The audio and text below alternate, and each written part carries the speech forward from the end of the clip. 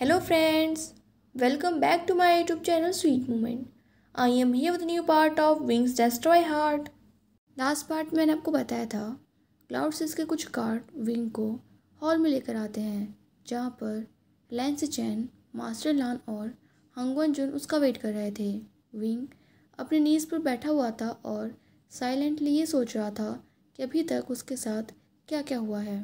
किस तरह लोटस पेड़ से निकलने के बाद वो और लंजा टेंपल गए थे जहाँ पर जिन गोंग्यो ने उन लोगों को पकड़ लिया था और बारिश होने के बाद सबको टेंपल में जाने को कहा था और सबको चेंज करने के लिए रोप्स दिए थे। विंग को याद आता है कि किस तरह जिन गोंग्यो के कुछ वर्ड्स कहने के बाद ही सभी लोग उसकी तरफ डाउट के साथ देखने लगे थे। विंग, क्यों तुम अभी भी मुझे एक बैड पर्सन बनाना चाहते हो और अभी भी तुम अपनी सारी सच्चाई को छुपाकर उन शैडोज के पीछे क्यों छुपे हुए हो? अपने टीयर्स को पोंछते हुए जिन गोंग्यो फिर से अपनी बात कंटिन्यू करता है और कहता है, विंग, इन सारे लोगों के सामने तुम ये क्यों प्रूव करना चाहते हो कि अभी तक जो कुछ भी हुआ उसके पीछे मेरा हाथ है। जिन गोंग्यो के ये सारे वर्ड सुनने के बाद उस टेम्पल में जितने भी लोग थे वो विंग की तरफ इस नज़र से देख रहे थे जैसे उन लोगों ने जिन गोंग्यो की बात पर बिलीव कर लिया हो। विंग बस उन लोगों से पूछने ही वाला था कि आखिर ये सारे लोग उस पर्सन के वर्ड्स पर क्यों बिलीव कर रहे हैं, पर तभी कुछ पीपल्स का ग्रुप उस टेम्पल में एंटर होता है जिन्होंने ब्लैक और रेड कलर के रोब्स पहने हुए थे। वो ज़ोर ज़ोर से चिल्ला रहे थे कि विंग ने उन लोगों को यहाँ पर बुलाया है ताकि वो सब लोगों को डिस्पोज कर सके। और उस फाइट के दौरान लंजा बहुत ज़्यादा घायल हो जाता है और वहीं पर फ्लोर पे गिर जाता है। जब विंग लंजा के पास जाने वाला होता है तो जिन गोंग्यो उसका हाथ पकड़ के उसे लंजा से दूर धक्का दे देता है और कहता है, उससे दूर रहो, मैं तुम्हें उसे मारने नहीं दूंगा। आखिर तुम उसे मारना क्यों चाहते हो? क्या वो तुम्हारा फ्रेंड नहीं है, या फिर वो सब सिर्फ एक झूठ था, या फिर वो सिर्फ एक मैनिपुलेशन था जिससे तुम इन सारे लोगों को अपनी साइड कर सको और मेरे खिलाफ कर सको? आखिर तुम मुझे मारना क्यों चाहते हो? मैंने तुम्हारे साथ ऐसा कुछ नहीं किया जिसके लिए तुम मेरे साथ इतना बुरा बिहेव कर रहे हो, और तुम आखिर लान वांगजी को क्यों मारना चाहते हो? आखिर तुम्हारे हार्ट में कितनी ज़्यादा बुराई है एलिंग पैट्रियार्क? तुम सच में सिर्फ एक एविल डेमोनिक कल्टिवेटर हो और कुछ नहीं। पर फिर भी मैं यही चाहता हूँ कि तुम मरो ना, तुम अपने इस एक्शंस के साथ हमेशा जिंदा रहो। इसके बाद जिन गोंग्यो अपनी क्राइंग को कंटिन्यू करते हुए कहता है, वी वुशियान, आखिर तुमने इन सारे लोगों से मेरे खिलाफ झूठ क्यों बोला? और इस तरह वो स्टूपिड मैन बार बार कहे जा रहा था कि किस तरह विंग ने उससे नफरत की है और वो उसे पूरी तरह से डिस्ट्रॉय करना चाहता था, इसलिए उसने ये सारा इविल प्लान किया है। इसके बाद जिन गोंग्यो लंजा के हाथ उठाता है और उसे चेक करता है। अभी भी उसकी आंखों से लगातार टीयर्स निकल रहे थे। जब विंग वहाँ पर खड़े बाकी सब लोगों की तरफ देखता है तो वो लोग उसे इस तरह देख रहे थे जैसे लंजा को विंग ने ही हर्ट किया हो। इसके बाद विंग जब खुद को एक्सप्लेन करना चाहता था और अपने डिफेंस में कुछ कहना चाहता था, उसे ऐसा फील होता है जैसे उसके सिर में बहुत ज़्यादा पेन हो रहा है और उसके बाद उसके आंखों के सामने अंधेरा छा जाता है। इसके बाद जब विंग ने अपनी आंखें खोली थी तो वो क्लाउड सिक्स में था और उसे एक छोटे से कमरे में हाथ पैर बांध के रखा गया था। 2 वीक्स के बाद जब उसे फाइनली उस कमरे से बाहर निकाला गया तो उसे एक हॉल में ले जाया गया था। इसके बाद वो प्रोसेस लगातार रोज़ कंटिन्यू होता था और उसे हमेशा उस हॉल में ले जाया जाता था और उसके हाथ बांध कर उसे नीज़ पर बैठा दिया जाता था। विंग को जब भी फूड दिया जाता था केवल तभी उसके हाथ खोले जाते थे।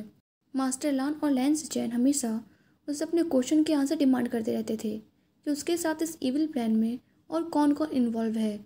उसने आखिर लान वांगजी को मारने की कोशिश क्यों की और उसने जिन गोंग्यो पे उन सारी चीज़ों का ब्लेम क्यों लगाया जो उसका फॉल्ट है।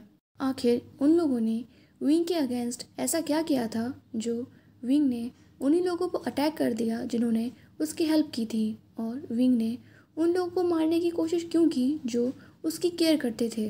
पर विंग तो अभी भी ये नहीं समझ पाया था कि आखिर ऐसा क्या हो गया जो सारी चीज़ें इस तरह से चेंज हो गई, सिवाय इस बात के कि वो लोग पहले से ही विंग को यहाँ से निकालना चाहते थे और अब उन्हें ऐसा करने का एक चांस मिल गया है। विंग ने सोचा था कि जो 3 लोग उसके सामने खड़े हैं उसमें से 2 लोग जिन गोंगियों की बात पर डाउट करेंगे और विंग को एक बार उसे एक्सप्लेन करने का मौका देंगे।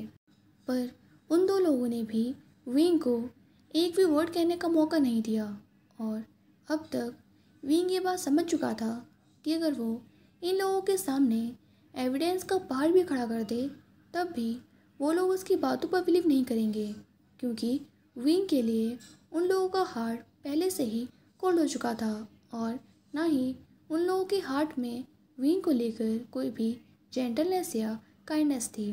तभी लैंस एजेंट बोलता है। उसकी वॉइस में हेटनेस साफ सुनाई दे रही थी। वो कहता है, वी वुशियान, तुम्हारी वजह से ऑलमोस्ट वांग जी मरने वाला था और मैं अपने ब्रदर को खोने वाला था।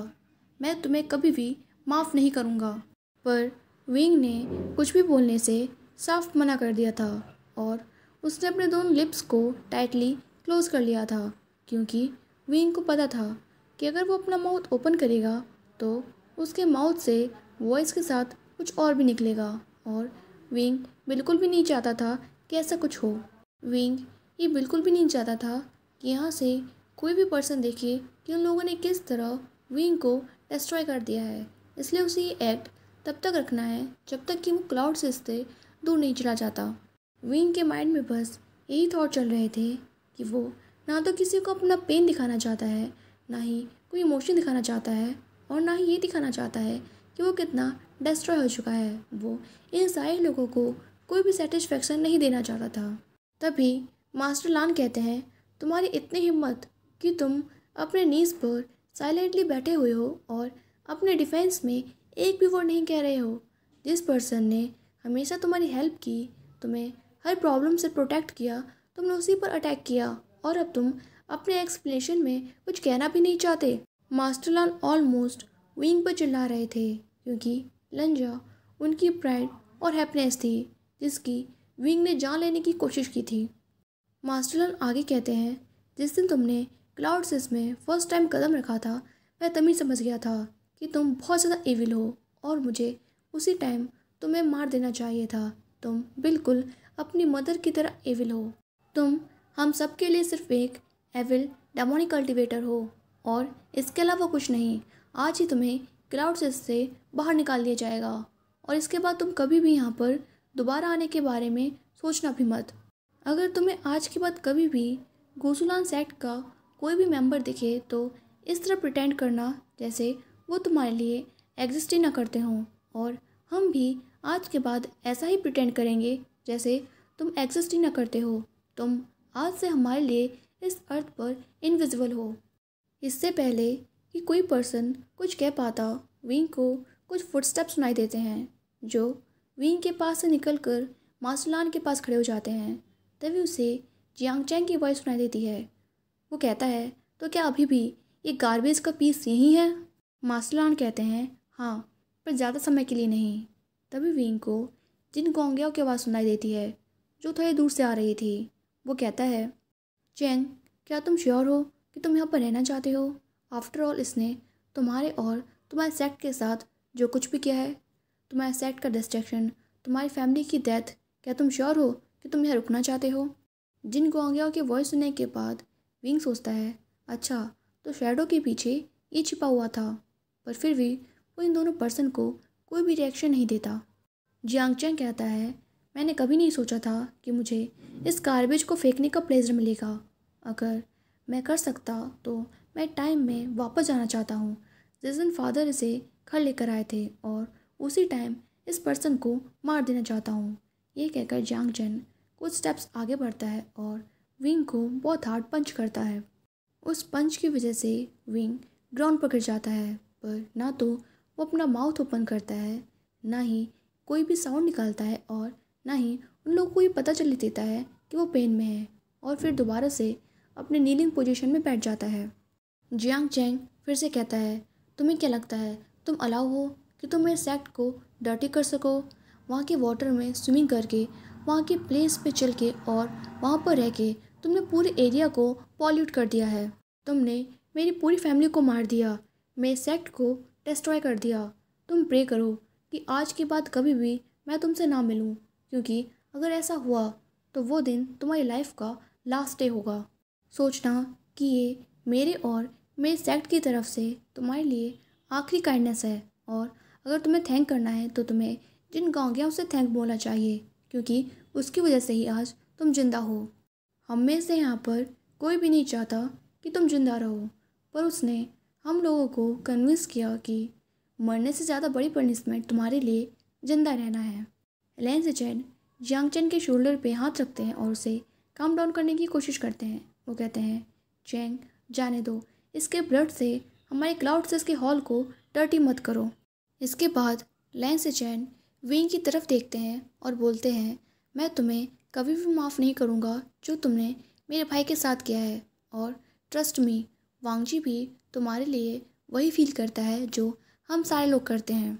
वो तुमसे इतना ज़्यादा डिस्गस्टिंग फील करता है कि वो तुमसे कोई वर्ड भी नहीं बोल रहा, और आज के बाद कभी भी तुम उसकी वॉइस नहीं सुन पाओगे। फिर लेन सेचेन विंग के पीछे जो आदमी खड़ा था उससे कुछ इशारा करता है, और वो पर्सन विंग के सामने 3 चीज़ें फेंक देता है, जिसमें विंग की फ्लूट, उसकी स्वॉर्ड और एक बैग था जिसमें फूड रखा हुआ था। इसके बाद लेन सेचेन कहता है, नाउ गेट अप, और यहाँ से हमेशा हमेशा के लिए चले जाओ इविल डेमोनिक कल्टिवेटर। ये कहने के बाद वो 3 लान फैमिली मेम्बर, जियांग चेन और उन लोगों के अलावा उस रूम में जितने भी लान सेक्ट मेंबर और जियांग सेक्ट मेंबर खड़े थे, वो लोग अपनी आंखें क्लोज कर लेते हैं। ऑलमोस्ट सभी लोगों ने विंग की तरफ अपनी बैक को टर्न कर दिया था। विंग अपने प्लेस से उठता है और एक ब्लैंक लुक के साथ वो अपनी फ्लूट और स्वॉर्ड को उठा लेता है, पर उसने उस फूड कंटेनर को टच करने से भी मना कर दिया था। विंग सोचता है कि वो अभी यहीं पर मर जाएगा, लेकिन इस सेक्ट से कोई भी हेल्प नहीं लेगा। ये सेक्ट जो हमेशा परफेक्ट और राइट होने का दिखावा करता है, जो सोचता है कि उसके सारे डिसीजन हमेशा सही होते हैं, पर ये सेक्ट भी उन बैंड मेंबर्स की तरह है जो उस फाइट के दौरान मारे गए थे। विंग अपनी सारी एनर्जी को कलेक्ट करता है और एक हाथ में फ्लूट और एक हाथ में अपनी स्वॉर्ड पकड़ने के बाद वो अपना सिर उठाता है। फिर वो लेन सेचेन को डीपली बो करता है। इसके बाद वो मास्टर लान को बो करता है। फिर वो बहुत ही पेन के साथ लंजा को लास्ट टाइम बो करता है और वहाँ से टर्न होकर हॉल के बाहर जाने लगता है। वो इस तरह प्रिटेंड करता है जैसे वहाँ पर जियांग चेन और उसके सेक्ट के मेंबर नहीं हो, और इस तरह प्रिटेंड करता है जैसे जिन गोंगया और उसके लोग वहाँ पर नहीं हैं। अब वो लोग उसके लिए बिल्कुल भी एग्जिस्ट नहीं करते, और उसी एनर्जी के साथ वो हॉल से बाहर क्लाउड सिस के एंट्रेंस की तरफ जाने लगता है। वो उस रूम में भी नहीं जाता जहाँ पर उसके सारे सामान रखे हुए थे। अगर वो लोग चाहें तो उसके सामान को जला सकते हैं।